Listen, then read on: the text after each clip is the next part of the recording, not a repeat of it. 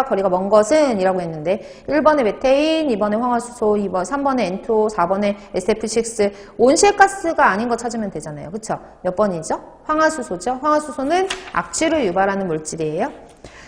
9번 문제가 나왔는데요. 9번 문제 같은 경우에는 조금 생소한 문제이긴 해요. 왜냐하면 우리가 알고 있는 GWP, 일반적으로 대표적으로 사용하는 GWP는 여기 위에서 써드린 GWP를 일반적으로 이용을 해요. 근데 요즘에 워낙에 이제 기후변화가 심화가 되다 보니까 전 세계에 있는 나라들이 협의를 한단 말이에요. 그래서 그 협의체, 그러니까 기후변화에 관해서 정부 간 협의체를 만들었는데 그거를 우리가 IPCC라고 얘기를 해요. IPCC. 참고만 할게요.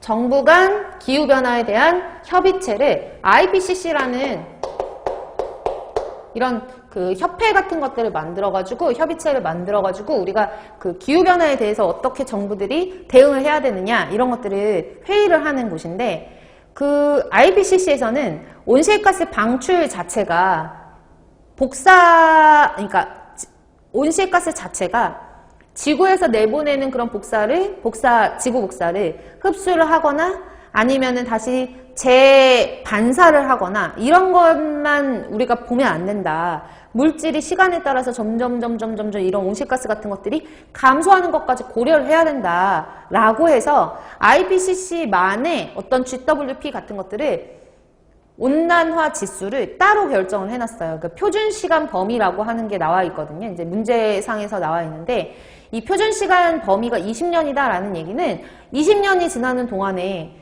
분명히 이런 온실가스 자체가 복사 특성에 영향을 줄 뿐만 아니라 시간 20년 동안에 물질이 감소하는 것도 분명히 있을 것이다. 이런 것들을 조금 고려해서 20년짜리도 있고 그 다음에 100년짜리도 있고 그 다음에 500년짜리도 20년, 100년, 500년 이렇게 시간 한계를 두고 GWP 값을 기록을 해놨어요.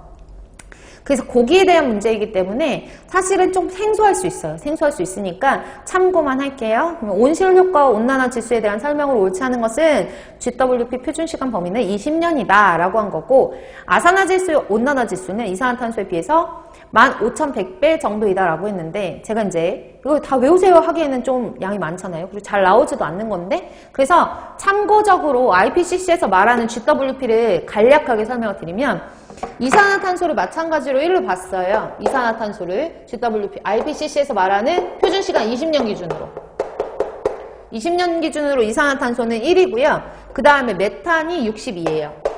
메탄 62. 그 다음에 N2O가 275예요. 물론 차이는 있어요. 20년 기준으로 했을 때 일반적으로 쓰는 GWP와 차이는 있는데 얘가 뭐 1대 20이랑 1대 60 차이가 좀 많이 나잖아요. 이렇게 생각할 수도 있지만 몇백 배는 아니잖아요. 그러니까 비슷비슷한 수치? 뭐 숫자 자리는 비슷비슷한 이런 개념으로만 알고 계시면 되고 그 다음에 수소불화탄소, 그러니까 얘처럼 이제 전체 수소불화탄소